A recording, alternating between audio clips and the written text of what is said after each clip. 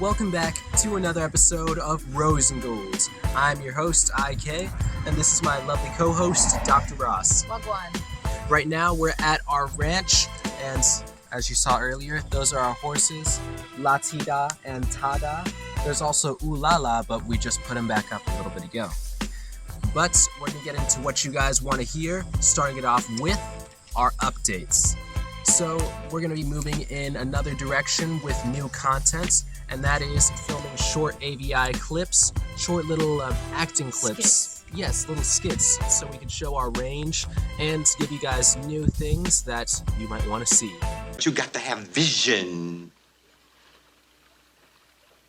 That's right, Now- as well as some short films. Exactly. So- And we're going to be doing different things ranging from, like Dr. Ross said, short films to little segments and clips from some of the hottest Hollywood films, and doing our own little take and spins on different things like maybe the personals or some of our upcoming films. That's So right. stay tuned for that. Stay tuned for that. Happy Easter. But these were all of our hot topics. We'll see you on the next episode of Rosengold. We're out.